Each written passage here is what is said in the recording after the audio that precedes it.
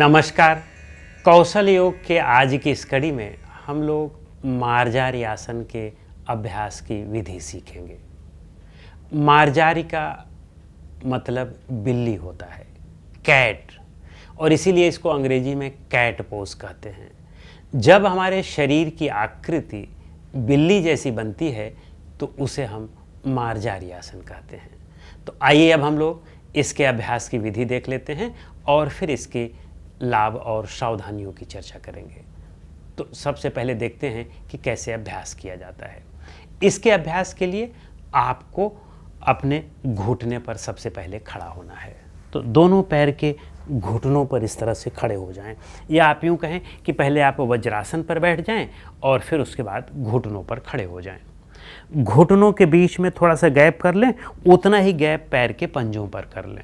अब इसके बाद दोनों हाथ की हथेलियों को यहाँ आगे की ओर इस तरह से रख लें, और हाथ की हथेलियाँ, जो हाथ है हमारा, वो बिल्कुल लंबवत होना चाहिए। ऐसे भी नहीं होना चाहिए क्योंकि यह लंबवत नहीं है, टेढ़ा है, और अंदर भी नहीं होना चाहिए क्योंकि यह भी लंबवत नहीं है। तो इसलिए यह लंबवत हो और साथ में हमारे थाइज भी लंबवत होनी चाहिए, लंबी होनी चाहिए। और अब हम इसके बाद अभ्यास शुरू करेंगे, लेकिन अभ्यास के समय यह बिल्कुल ध्यान रखें कि हमें पूरी तरह से सजग रहना है, अवेयर रहना है। एक एक एक्टिविटी पर फोकस रहनी चाहिए, मन कहीं इधर उधर घूमना नहीं चाहिए, अन्यथा वह व्यायाम होता है, आसन नहीं होता है। अब इसके बाद, चूँकि आप देखें कि बिल्ली जब अंगड़ाई लेती है तो किस प्रकार से लेती है, दो स्थितियाँ उसमें बनती हैं। पहली स्थिति है कि वह अपने रीढ़ को नीचे की ओर इस तरह से खींचती है, ऐसे हिप थोड़ा सा ऊपर की ओर उठेगा, कंधा थोड़ा सा नीचे की ओर जाएगा और रीढ़ जो है वह नीचे की ओर जाएगी, और सिर को हम ऊपर की ओर कर लेंगे।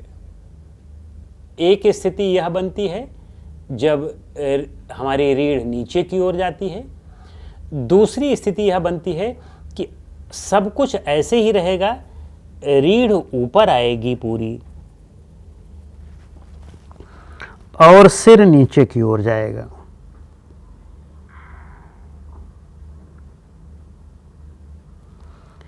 इसी तरह से हम बारी बारी रीढ़ को नीचे, और रीढ़ जब नीचे हो तो सिर ऊपर होगा, रीढ़ जब ऊपर होगी तो सिर नीचे होगा। रीढ़ को कॉन्केव और कॉन्वेक्स इस स्थिति में हमें बनाए रखना है, और जिस स्थिति में हो थोड़ी देर के लिए वहां आपको रुकना है, अनुभव करना है खिंचाव का, दबाव का, कहाँ किस अंग में खिंचाव हो रहा है, किस अंग के लिए अभ्यास कर रहे हैं। बेहोशी में अभ्यास नहीं करना है।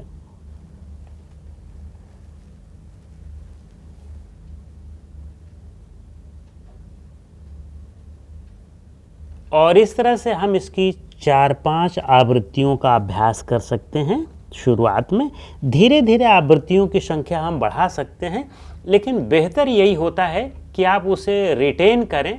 ज़्यादा आवृत्तियां करना महत्वपूर्ण नहीं है योग में, आसन में।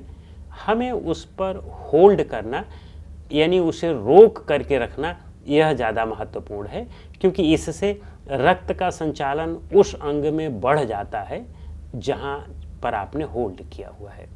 तो इस तरह से यह मार्जारी आसन है। अब इसके बाद हम वापस आ जाएं और फिर देखते हैं कि इसके लाभ और सावधानियां क्या हैं।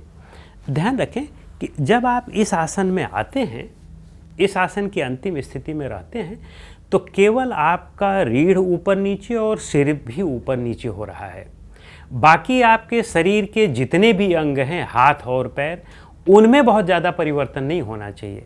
अन्यथा लोग उसमें क्या करने लगते हैं कि पैर भी आगे पीछे होने लगते हैं, फिर वह सही स्थिति नहीं होती है। तो सही स्थिति यही है कि आपकी रीढ़ ऊपर नीचे हो रही है और उसी तरह से सिर ऊपर नीचे हो रहा है। तो ये इसे हम मार्जारी आसन कहते हैं। बिल्ली ऐसे ही अंगड़ाई लेती है, और हमारी भी यह अंगड़ाई की स्थिति हमारी रीढ़ को मजबूत करती है। तो आइए अब हम लोग देखते हैं कि इसका लाभ क्या है। रीढ़ का ही व्यायाम है, रीढ़ की ही एक्सरसाइज इसमें हो रही है। तो सारी वर्टिब्रा इसमें खिंचाव हो रहा है। रीढ़ की जितनी भी वर्टिब्रा हैं सब में खिंचाव होता है, और जब उनमें खिंचाव होता है तो स्वाभाविक सी बात है कि उनकी नर्व्स और उनकी डिस्क में रक्त का संचालन बढ़ जाता है।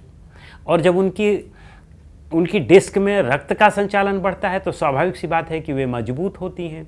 वे मजबूत होती हैं तो उनसे निकली हुई जितने भी नसें हैं, नर्व्स हैं, या आप यूँ कहें कि ये हमारा सेंट्रल नर्वस सिस्टम जो है बहुत चैतन्य और प्रभावी हो जाता है, उसमें शक्ति बढ़ जाती है। और जब हमारी सारी नसें जग गई, सारी नसों में जागृति आ गई, या आप यूँ कहें कि सारी नसों में जब शक्ति का संचालन हो गया, तो स्वाभाविक सी बात है कि पूरा शरीर वह बहुत चैतन्य हो जाता है, सजग हो जाता है, मजबूत हो जाता है, और उसमें रोग आने की संभावनाएं नहीं रहती हैं।